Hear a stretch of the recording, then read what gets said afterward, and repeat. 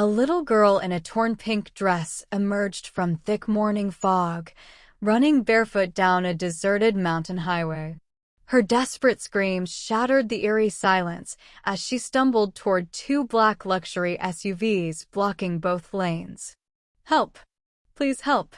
They tied my mom to a tree," she sobbed, her small voice breaking with terror.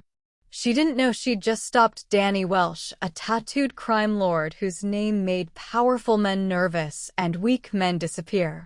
But instead of driving away from this living nightmare, he did something no one expected.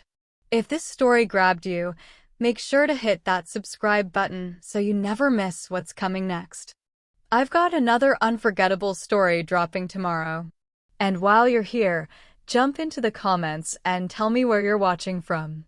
I love seeing our community from all around the world. All right, let's dive in. The girl's feet left bloody prints on the wet asphalt as she collapsed 3 feet from Danny's polished Italian shoes. Her small wrists were circled with angry rope burns. She'd been tied up too. Her fingernails were caked with dirt from clawing at restraints until her hands bled. Danny stepped out of the lead SUV, tall, lean, and dangerous. Intricate black tattoos covered his neck, crawling up from beneath his crisp black shirt and tailored suit. His pale eyes missed nothing as he studied the terrified child at his feet. Behind him, 3 men in perfect suits emerged in synchronized silence. Ryan, Leo, Jackson. Former military, current enforcers, absolutely lethal. The little girl grabbed at Danny's pant leg with trembling fingers. "My mom," she gasped between sobs. "They left her tied to a tree in the forest. Please, she's been there all night. She's going to die." Danny's expression didn't change. His voice, when it came, was quiet and controlled. "How many men?" "F5. When did they leave?" 20 minutes ago. Maybe less." Her voice dropped to a terrified whisper. "They said they'd come back at sunset. To check if she was dead. They'd come back to check if she was dead." Danny's jaw tightened imperceptibly. He glanced at Ryan, who nodded once and immediately pulled a tactical med kit from the SUV. Most crime lords would have driven away. This was someone else's nightmare. Someone else's problem. But when Danny looked at this 7-year-old girl, desperate, terrified, marked with rope burns from fighting her way free to save her mother, he saw something that triggered a memory buried so deep he'd thought it was gone forever. He saw his brother Liam at 9 years old. Helpless. Hurt. With no one powerful enough to care. Danny had been 16 then. Powerless to stop what happened. He wasn't powerless anymore. "Stand up," Danny said quietly. The girl tried, but her legs buckled.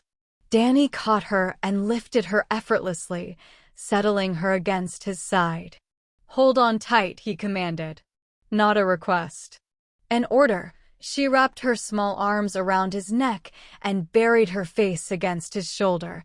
Danny turned toward the fog-shrouded tree line. "We move. Now." His men fell into tactical formation without a word. Ryan with the med kit, Leo and Jackson with hands resting on concealed weapons. The 4 of them entered the forest like ghosts, swallowed immediately by dense fog and shadow. What Danny didn't know yet was that the 5 men who'd tortured this woman hadn't actually left.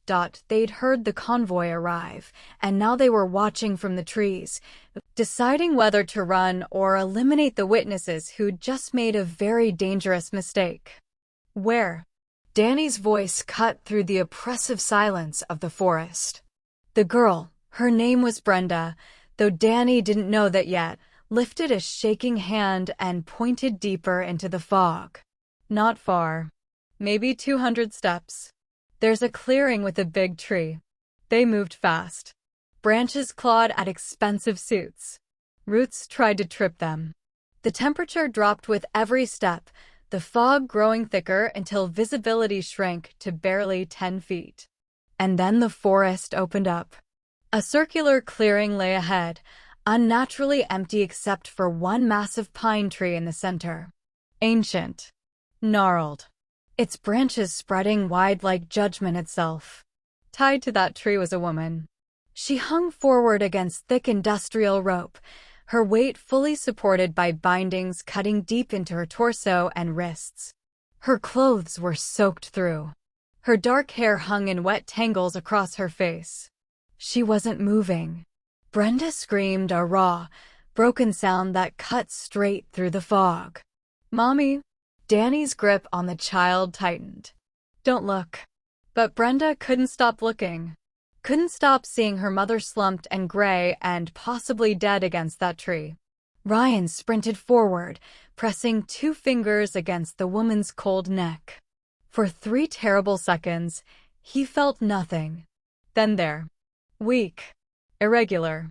But present. "She's alive," Ryan called back, his voice tight with professional control. "Barely. Pulse is weak. Core temperature critically low. We're losing her." "Then don't lose her," Danny said flatly.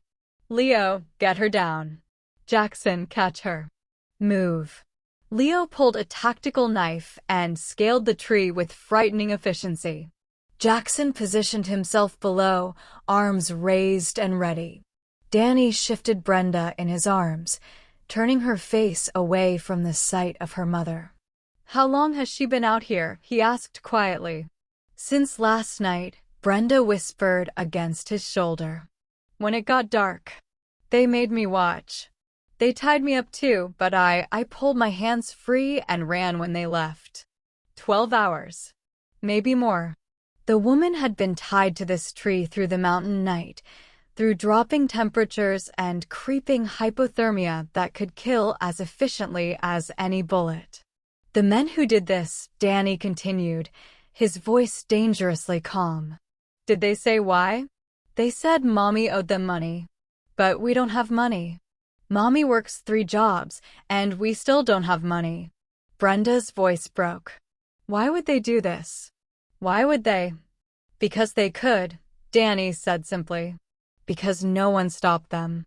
The final rope parted with a sharp snap. Catherine's body pitched forward, and Jackson caught her weight, lowering her immediately to the damp earth. Ryan dropped beside her, hands moving with clinical precision, checking airways, monitoring breathing, searching for injuries. "Severe hypothermia," Ryan reported. "Rope burns, deep tissue damage, possible shock.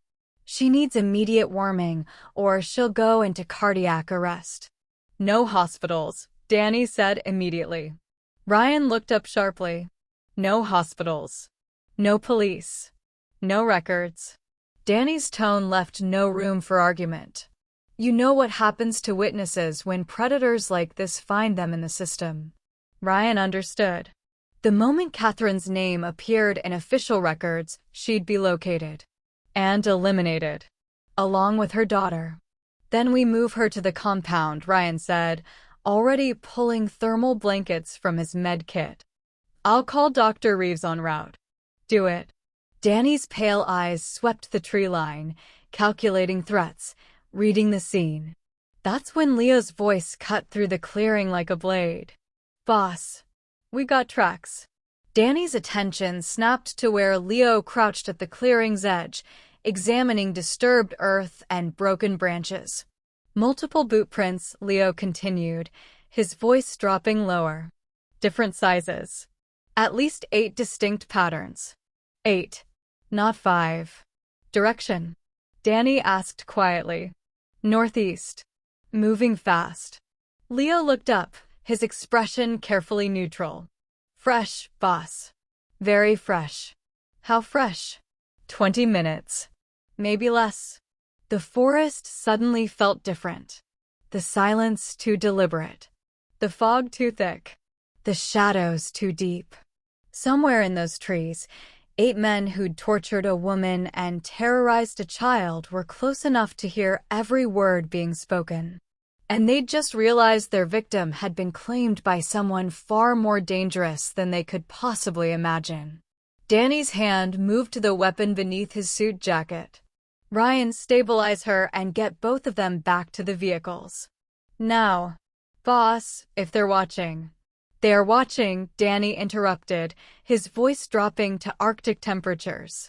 Which is why Leo, Jackson, and I are going to have a conversation with them before they decide to do something stupid. Ryan wrapped Catherine in layer after layer of thermal blankets, working fast. She can't be moved for at least 10 minutes, or her heart could stop. Then you have 10 minutes to make her stable enough. Danny carefully transferred Brenda into Ryan's arms. The little girl clung to him for a moment, her eyes wide and terrified. You're leaving, she whispered. Danny looked at her directly. I'm making sure the men who hurt your mother never come back. Not for her. Not for you. Not for anyone. Do you understand? Brenda studied his face, this dangerous stranger with death in his eyes who'd somehow become her only hope. Are you going to kill them? She asked quietly. Danny didn't lie to her. If they make me. Brenda nodded slowly, something cold and old flickering in her 7-year-old eyes. Good. They deserve it. Danny handed her fully to Ryan, then turned to Leo and Jackson. No words were needed. They'd done this before. The three men moved toward the tree line like predators who'd just caught a scent. And somewhere in the fog-shrouded forest, 8 men were about to learn what happened when you made the catastrophic mistake of hurting someone Danny Welsh decided to protect. The hunt had begun. Danny moved through the forest like a shadow with purpose, silent, fast, deadly. Leo flanked left, Jackson right, all three tracking the boot prints that led northeast through dense undergrowth. The tracks were fresh. Disturbed leaves still glistening with moisture. Broken branches showing white wood beneath bark. These men had moved fast, but not carefully. They weren't worried about being followed. That was their first mistake. Their second was staying close enough to watch. Danny raised a closed fist. Leo and Jackson froze instantly. Ahead, maybe 50 yards through the fog, voices carried on the cold air. Told you we should have left state last night. Shut up. Rothwell said, wait till sunset. We wait till sunset. Yeah? Well, Rothwell ain't the one standing in the freezing woods while some rich assholes in suits cut down our message. You think those were cops? A pause. Then harsh laughter. Cops don't drive SUVs like that. Cops don't move like that. Those were private muscles.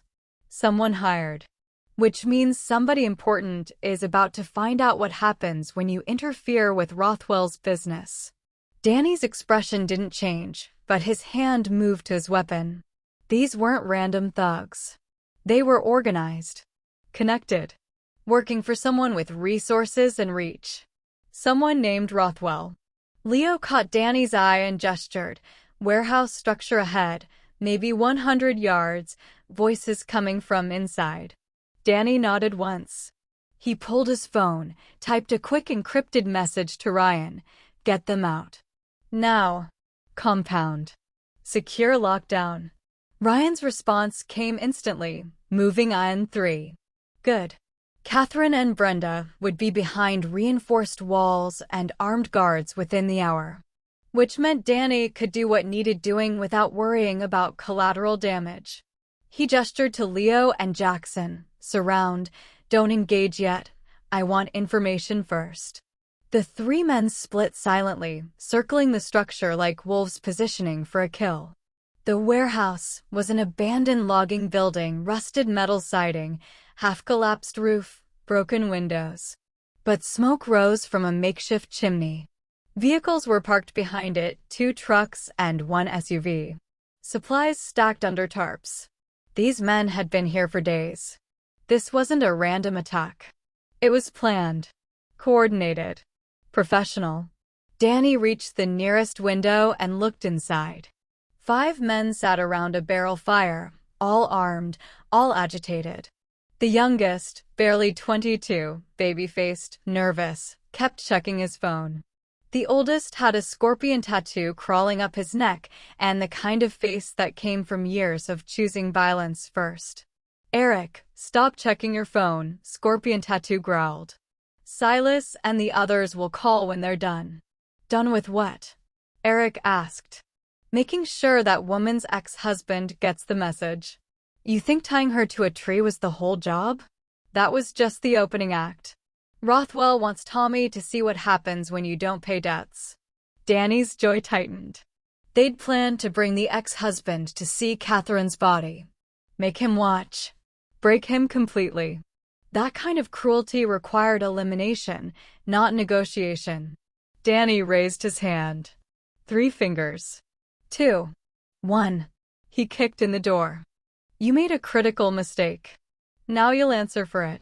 The door exploded inward with a deafening crash. Danny entered first, weapon drawn, Leo and Jackson flanking with military precision.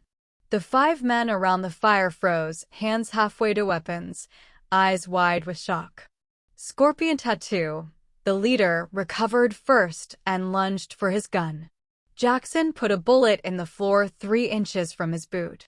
Next one goes higher, Danny said quietly, his voice colder than the mountain air outside. Sit down. The men sat. Danny stepped fully into the light, and for the first time they got a good look at him, expensive suit, neck covered in tattoos, pale eyes that looked like they'd watched 1,000 men die and felt nothing. Who the hell are you? Scorpion Tattoo demanded, trying for authority and failing badly. The person who just cut down the woman you tied to a tree. Danny's gun never wavered. And the person who's about to decide whether you walk out of here or get carried out. The youngest, Eric, went white. Oh God. Oh God, you're with her? I'm someone who doesn't like men who torture women and terrorize children, Danny interrupted. And you're going to tell me everything about the person who sent you. Starting now. Silence. Heavy. Threatening. Danny shifted his aim to Eric, the weak link, the nervous one. You. Talk. I can't if Rothwell finds out. Rothwell isn't here. I am. Danny's voice dropped to barely above a whisper. And I promise you, whatever Rothwell might do to you later is nothing compared to what I'll do to you right now if you don't answer my questions. Eric broke. Ryan Rothwell. He runs operations out of the industrial district, loans, protection, trafficking. He said Catherine's ex-husband Tommy owed him $15,000. Shut your mouth. Scorpion Tattoo roared. Danny's gun shifted back to him. You want to die first? Because I can arrange that. The man's jaw clenched, but he went silent. Danny returned his attention to Eric. Why tie her to a tree? Why not just grab the ex-husband directly? Rothwell said. Eric swallowed hard. He said Tommy needed to understand consequences. That seeing what happened to his ex-wife would make him cooperative. He wanted us to keep her alive until sunset, then bring Tommy to the tree to see. To see her die, Danny finished flatly. Eric nodded miserably. Where's Rothwell now? His compound. Warehouse 14 in the industrial district. But you can't just, he's got 20 guys, heavy security, connections to. I don't care about his connections. Danny's expression could have frozen fire. Where are the other 3 men who were with you at the tree? Eric's eyes darted to Scorpion Tattoo, then back to Danny. They went to grab Tommy. Rothwell wanted him brought in today. Which meant 3 more armed men were hunting an innocent target right now. And they'd bring him straight to Rothwell's fortress, where he'd be tortured for information he probably didn't have. Danny's mind calculated rapidly. Distance to industrial district, time to intercept, probability of preventing another casualty, strategic value of eliminating threats now versus later. Phones. All of you. On the floor. Now. The men hesitated. Jackson fired another round into the floor. Phones clattered to the concrete instantly. Leo, collect them. Danny kept his weapon trained on Scorpion Tattoo. Jackson, secure the building perimeter. No one leaves. His men moved with practiced efficiency. Danny looked at each of the 5 men in turn, memorizing faces, cataloging threats, deciding fates. You have one chance to walk away from this, Danny said quietly. You disappear. You never work for Rothwell again. You never speak about what happened here. You forget Catherine Smith and her daughter exist. And if we don't? Scorpion Tattoo sneered. Danny's expression didn't change. Then you don't get a second chance. He pulled a second phone from his pocket, encrypted, untraceable. Dialed a number from memory. Ryan. Status. Subject secured at compound. Catherine stabilized, critical but improving. Brenda in protective custody. Dr. Reeves en route. Good. I need intel. Ryan Rothwell, Industrial District, Warehouse 14. Everything we have in the next 30 minutes. Already pulling it, boss. You planning a visit? I'm planning a conversation. Danny ended the call. He looked back at the 5 men. Here's what's going to happen. You're going to tell me everything you know about Rothwell's operation. Security, schedules, personnel, weak points. And then you're going to help me send him a message he'll never forget. Why the hell would we do that? Scorpion Tattoo spat. Danny smiled. It was the kind of smile that made hardened criminals reconsider their career choices. Because the alternative is I leave you here for Rothwell to find when he realizes his operation is collapsing. And something tells me he's not the forgiving type when his people fail him. The color drained from Scorpion Tattoo's face. Eric spoke up, his voice shaking. What? What do you want to know? Warehouse 14 sat like a concrete tumor in the industrial district, 12-foot walls topped with razor wire, security cameras at every angle, armed guards walking patrol routes with military precision. Danny watched from across the street, analyzing patterns, counting personnel, identifying weaknesses. 18 visible guards, Leo reported quietly from beside him. Probably another 6 to 8 inside. Rothwell's personal security stays close, former military, well-trained. Shift change? Danny asked. Every 4 hours. Next one's in 20 minutes. Perfect. Ryan pulled up in a nondescript van, sliding into the alley beside them. Intel's in. Rothwell's inside, 3rd floor office. He's expecting a shipment at midnight, doesn't know his tree crew disappeared. He will soon, Danny said. When Silas and the others don't report in. So we hit him now, before he realizes something's wrong, Jackson suggested. Danny shook his head. We don't hit him. I walk in and have a conversation. Leo and Ryan exchanged glances. Boss, Ryan started carefully, walking into a fortress controlled by a paranoid loan shark with 20 armed guards is strategic. Danny cut him off. Rothwell doesn't know who I am. Doesn't know what happened to his men. Doesn't know Catherine and Brenda are secure. He thinks he's untouchable in his fortress. And you're going to prove him wrong, Leo finished. No. Danny's pale eyes glinted dangerously. I'm going to give him a choice. Smart men take deals when the alternative is annihilation. And if he's not smart? Then Ryan Rothwell stops being a problem. 10 minutes later, Danny walked through the front gate alone. No weapons visible. Just an expensive suit and the kind of confidence that made security guards' instincts scream warnings they couldn't articulate.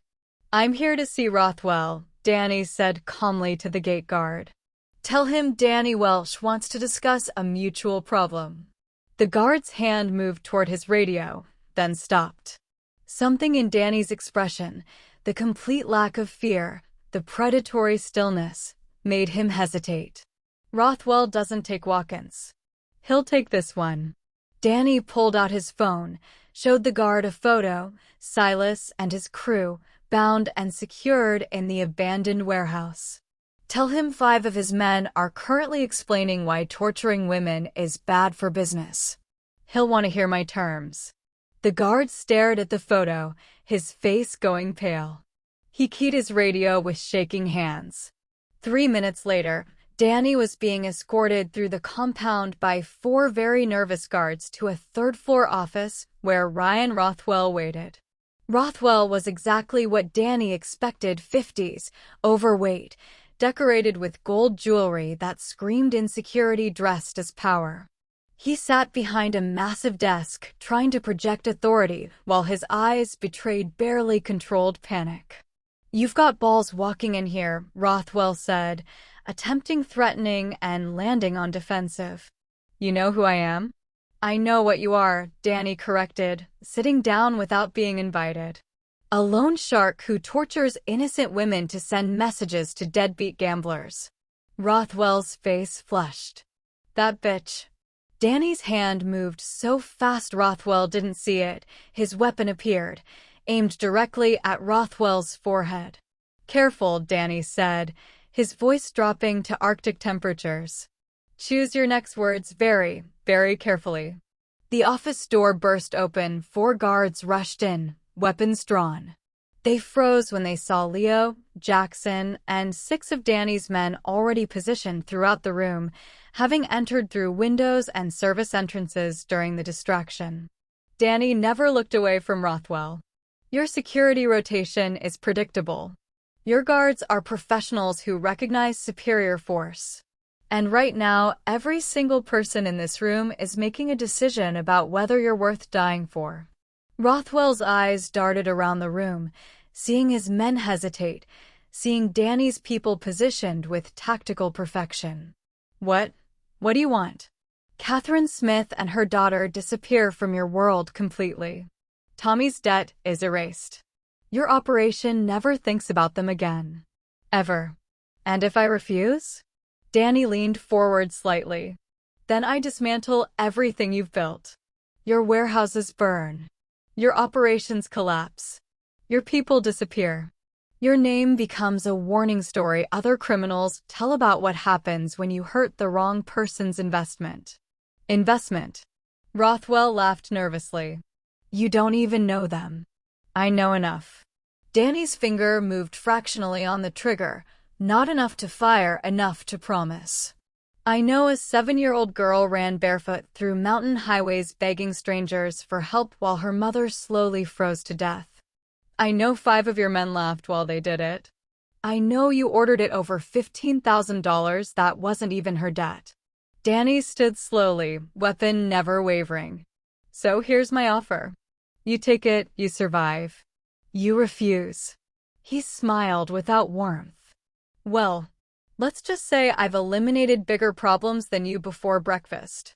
Rothwell stared at this tattooed stranger who'd walked into his fortress, bypassed his security, and turned his own guards into uncertain hostages with nothing but confidence and credible violence.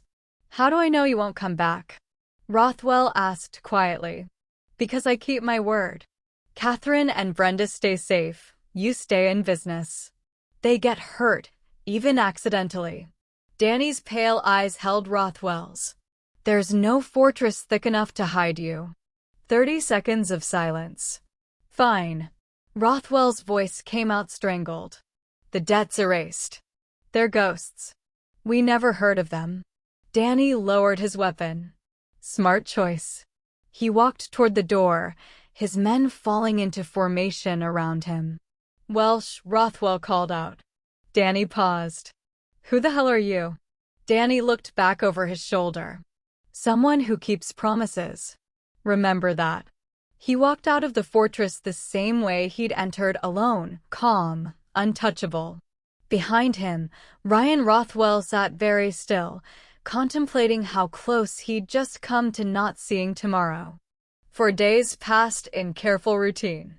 Catherine healed in the compound's medical wing, rope burns fading to scars, hypothermia reversed, body remembering how to be warm again. But her eyes carried shadows that wouldn't fade as easily. Brenda processed trauma in fragments. Sometimes she was just a 7-year-old playing with coloring books Ryan brought her. Other times she'd go silent, staring at nothing, trapped in memories of darkness and rope and her mother's screams. Danny visited twice daily. Brief. Clinical. maintaining emotional distance despite Brenda's attempts to connect. On the third day, she ambushed him in the hallway. "Why did you save us?"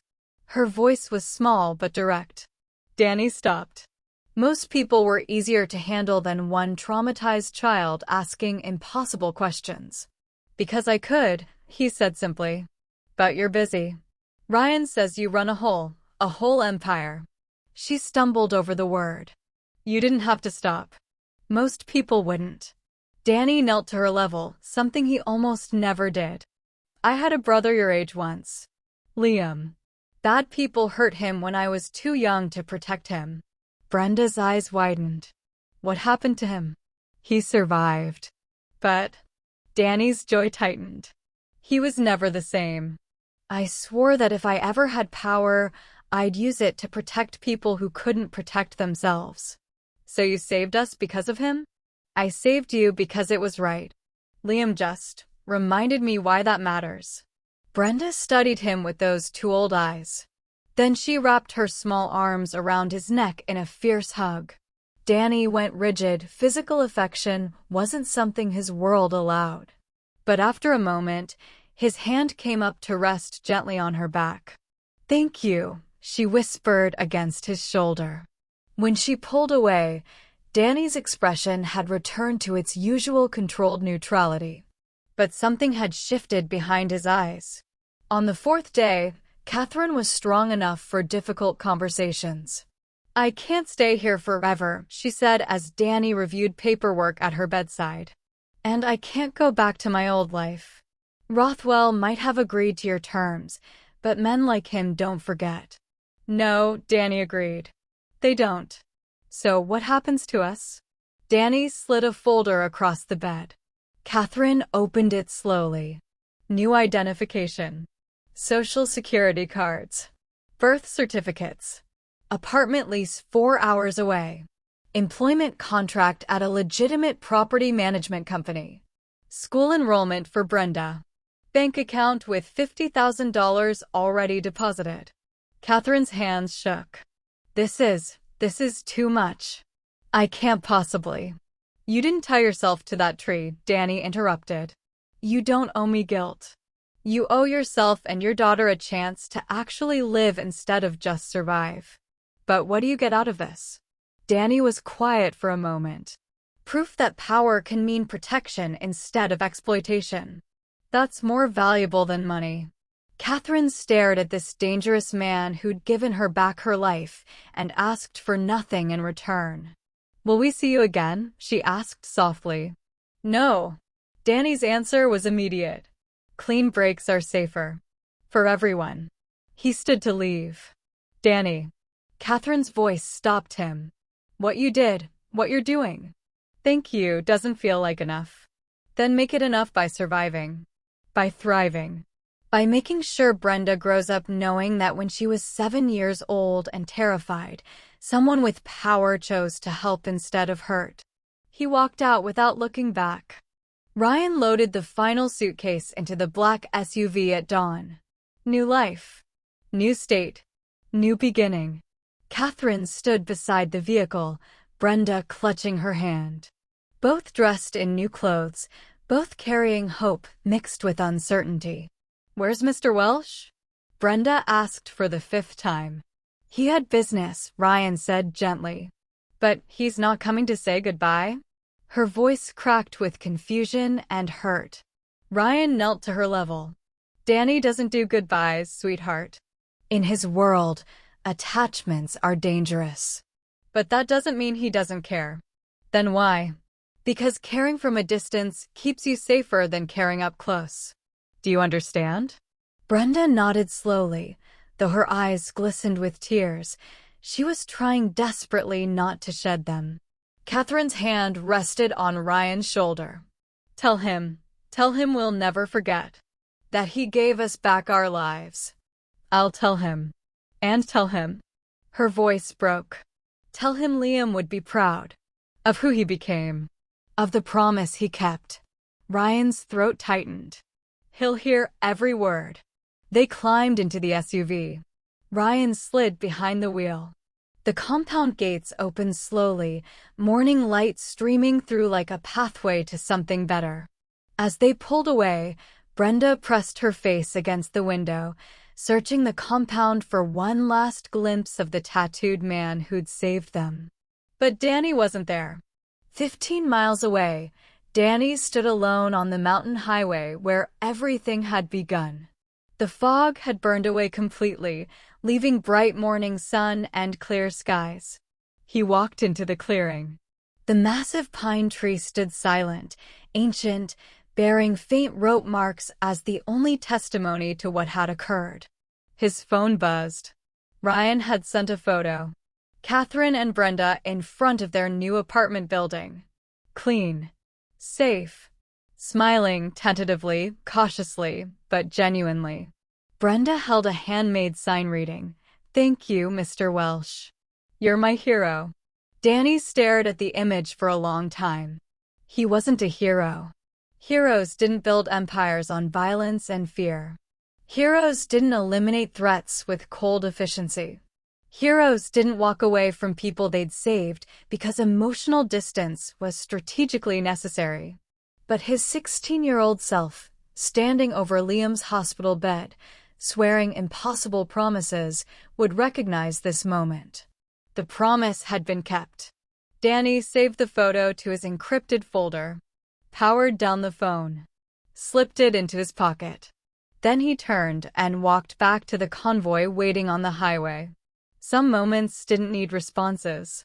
They just needed to exist as proof that, even in the darkest corners of the world, even in men who'd chosen violence as their native language, mercy could still find a way to survive. Danny returned to the city and his empire. Territory disputes awaited resolution. Competitors tested boundaries.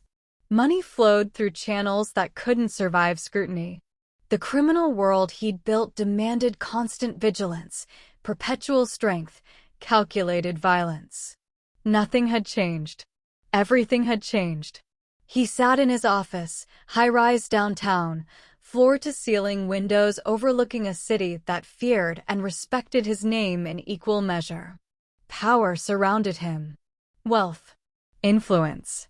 The kind of empire most men would kill to possess. But on his desk, beside files marked with names of people who'd become problems, sat his encrypted phone. Inside that phone lived proof that power could mean something more than domination. His second-in-command entered without knocking. "Boss, we've got the Henderson situation handled. Ramirez is asking for a meeting about the docks. And there's a new crew trying to move product in the East District."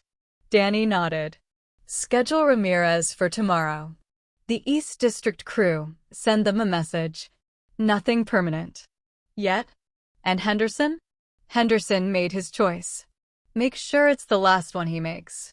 His second nodded and left. Business as usual. Violence as currency. Power as language. But that night, alone in his office after everyone else had gone, Danny opened the encrypted folder. The photo glowed in the darkness. Brenda's gap-toothed smile. Catherine's arm around her daughter. The sign proclaiming him a hero. He stared at it for 5 minutes without moving. Then he pulled up another photo from years ago, Liam at 9, before the nightmare, smiling at the camera with complete innocence and trust. 2 children. Different times. Same promise. Danny had spent 15 years becoming exactly the kind of monster that had destroyed his brother. Building power through fear. Maintaining control through violence. Surviving by being more dangerous than everyone else. But when a 7-year-old girl emerged from fog and begged for help, something buried deep had remembered. The promise he'd made to Liam. The vow that power would mean protection, not exploitation. The oath that if he ever gained strength, he'd use it to save people who couldn't save themselves. For 15 years, that promise had been buried beneath layers of necessary cruelty and strategic ruthlessness. Catherine and Brenda had reminded him it still existed. Danny closed the photos. Powered down the phone. returned to the files on his desk, problems that required solutions, threats that demanded elimination. His world hadn't changed. He was still a crime lord, still dangerous, still operating in shadows where mercy was weakness and compassion was a liability. But now he carried proof that occasionally, rarely, impossibly, the powerful could choose protection over predation. And somewhere 4 hours away, a little girl would grow up knowing that when she needed help most desperately, when she ran barefoot through fog begging strangers for mercy, she'd found someone strong enough to provide it. That mattered.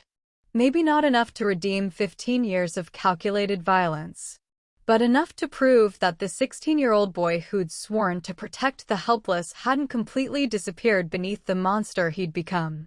Some childhood wounds never healed, never stopped aching, but they could drive you to ensure others didn't suffer the same fate. And sometimes, on fog-covered mountain roads, that was enough. Danny returned to his files, his empire, and his carefully controlled world of violence and power. But he kept the photo. The envelope arrived by unmarked courier, no return address, no identifying marks. Just Danny's name in careful child's handwriting. Inside was a single photograph and a letter.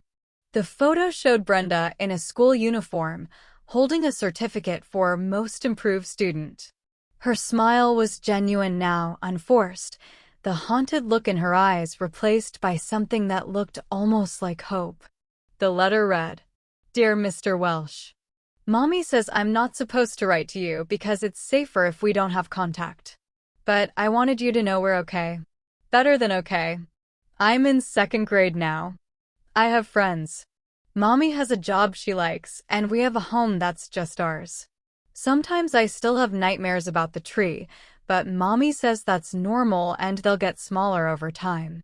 I don't think I'll ever forget what you did. How you stopped when nobody else would have. How you saved us when you didn't have to. Mommy told me about Liam. I'm sorry bad things happened to him. But I think you kept your promise. You saved us. That means something. I hope wherever you are, whatever you're doing, you remember that you're a good person. Even if you don't believe it. Thank you for everything. Love, Brenda. P.S. Mommy wants me to tell you she got promoted at work, and we're doing really, really good. She says to tell you that your investment paid off." Danny read the letter 3 times. Then he locked it in his desk's bottom drawer, next to Liam's photo and the image of Brenda and Catherine on their first day in their new home. He didn't respond. Responding meant contact, and contact meant risk. Catherine was right, distance kept them safer. But he kept the letter. And 6 months later, when a different child, a boy this time, maybe 10, ran screaming into traffic trying to escape men who'd taken his sister, Danny's convoy didn't drive around him. It stopped. Because some promises, once made, reshape everything that follows. And Danny Welsh had remembered who he'd sworn to be. If this story moved you, hit subscribe. Tomorrow brings another journey you won't forget. Drop a comment and tell me where you're watching from. I love seeing our community worldwide. Until next time, remember, even in the darkest places, mercy can survive if someone's strong enough to choose it.